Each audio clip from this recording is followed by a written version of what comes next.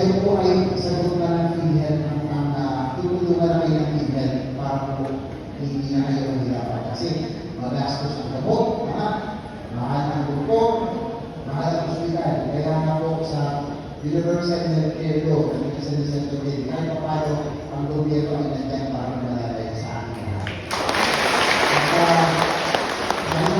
Sabi ko sa isang bisita ko sa mga binabantayan ko yung Viso Medical Center sa Cebu City, yan ay marinius